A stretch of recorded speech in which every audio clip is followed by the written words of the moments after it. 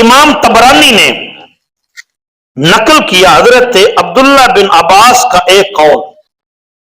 حضرت عبداللہ بن عباس رسول اللہ کے چچا زاد بھائی ہیں.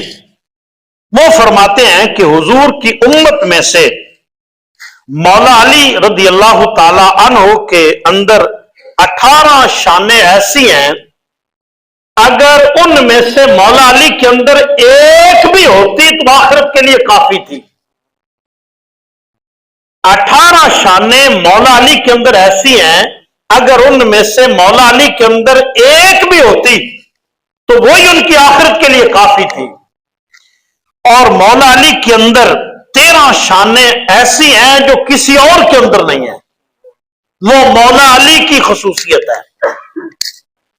اور اسی طرح امام طبرانی نے لکھا کہ حضرت سیدنا عثمان غنی رضی اللہ تعالیٰ عنہ کی 12 خصوصیات ایسی ہیں جو صرف اور صرف حضرت عثمان غنی کے ساتھ خاص ہے، وہ کسی اور صحابی کا مقصود نہیں ہے. حضرت سیدنا فاروق اعظم رضی اللہ تعالیٰ عنہ کے اندر 40 شانیں ایسی ہیں جو کسی اور کے اندر نہیں ہیں. اور صحیح بخاری میں حضرت سیدنا ابو بکر صدیق کی 20 سے زائد شانیں ایسی ہیں جو صرف اور صرف ابو بکر صدیق کا مقصود ہے. اور امام طبرانی کہتے ہیں حضرت سیدنا ابو بکر صدیق کی 80 سے زائد شانیں ایسی ہیں وہ صرف اور صرف حضرت سیدنا ابو بکر صدیق کے اندر ہی ہیں اور کسی کے اندر نہیں ہے. نبی اسلام نے فرمایا اچھی خصلتیں 360 ہے، 360 اچھی خصلتیں ہیں. تو حضرت سیدنا ابو بکر صدیق نے عرض کی یا رسول اللہ کیا میرے اندر بھی ہے؟ فرمایا ابو بکر تیرے اندر 1 2 3 نہیں بلکہ 360 کی 60 تیرے اندر پائی جاتی ہے. تو یہ انہی کی شان ہے. نبی علیہ السلام نے ارشاد فرمایا کہ میں نے جس کے سامنے بھی اسلام رکھا اس نے سوچا سمجھا پھر اسلام قبول کیا. فرمایا ابو بکر صدیق کی یہ خصوصیت ہے کہ ایک لمحے میں نے اسلام رکھا اسی لمحے انہوں نے قبول کر لیا.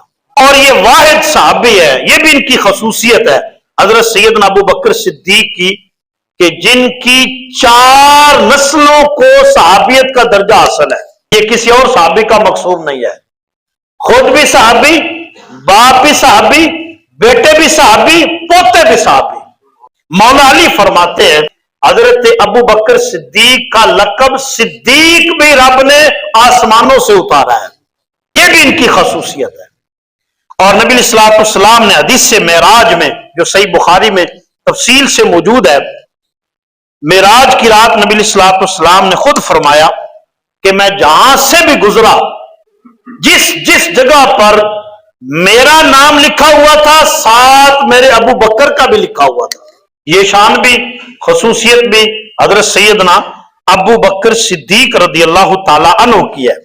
اور ایک روایت میں نبی صلی اللہ علیہ وسلم نے ایک ہی حدیث میں 7 ابو بکر کی خصوصیت کا ذکر کیا. اور راوی حضرت سعید بن مسیب المستدرک کے اندر امام حاکم نے نقل کیا. فرماتے ہیں کانا ابو بکر الصدیق من النبی صلی اللہ علیہ وسلم مکان الوزیر.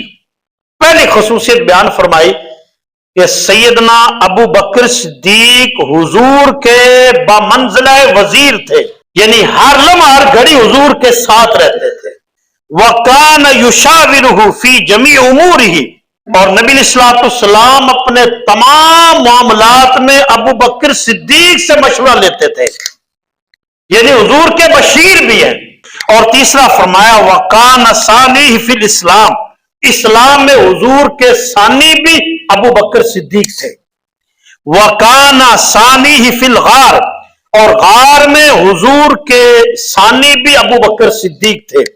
وَكَانَ ثَانِيهِ فِي الْعَرِيشِ يَوْمَ بَدْرٍ.